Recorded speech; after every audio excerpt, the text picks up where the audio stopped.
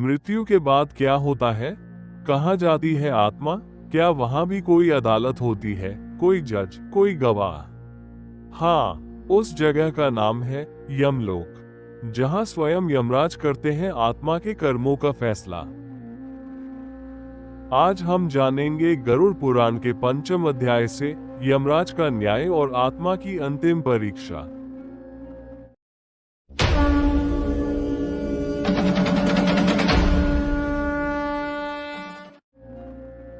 गरुड़ पुराण यमलोक की न्याय प्रणाली का रहस्य।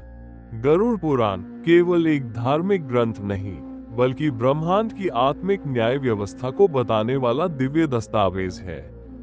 इसका 5वां अध्याय हमें ले जाता है उस रहस्यमय दरबार में जहां कर्मों का फैसला होता है, यमराज की अदालत में। भगवान विष्णु गरुड़ को बताते हैं, यमलोक का दरबार अत्यंत भव्य और गूढ़ होता है। वहां होती है धर्म सभा, जहां यमराज, चित्रगुप्त, यमदूत, धर्मराज और अन्य देवता मौजूद रहते हैं। ये न कोई सामान्य कोर्ट है, न वहां कोई वकील होते हैं। यहाँ केवल एक चीज से फैसला होता है, आपके कर्मों से। चित्रगुप्त का लेखा। चित्रगुप्त ब्रह्मा जी के मानस पुत्र हर आत्मा के जीवन का लेखा रखते हैं। सिर्फ आपके कर्म नहीं, आपके विचार, आपकी नीयत, यहाँ तक कि आपका मन भी वहां दर्ज होता है। कोई छोटी सी चोरी या किसी का अपमान, सब कुछ लिखा जाता है। और जब आत्मा सामने खड़ी होती है तो चित्रगुप्त उस अनंत कर्म पत्रिका को पढ़ते हैं, जिसे झुठलाना असंभव है।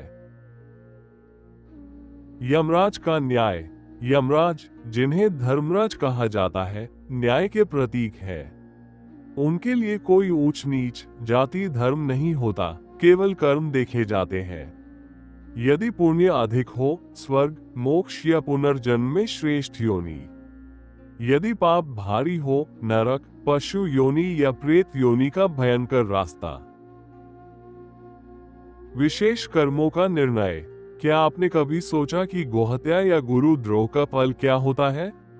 गरुड़ पुराण कहता है, ऐसे महापाप करने वाले बिना किसी विलंब के नरक में डाले जाते हैं।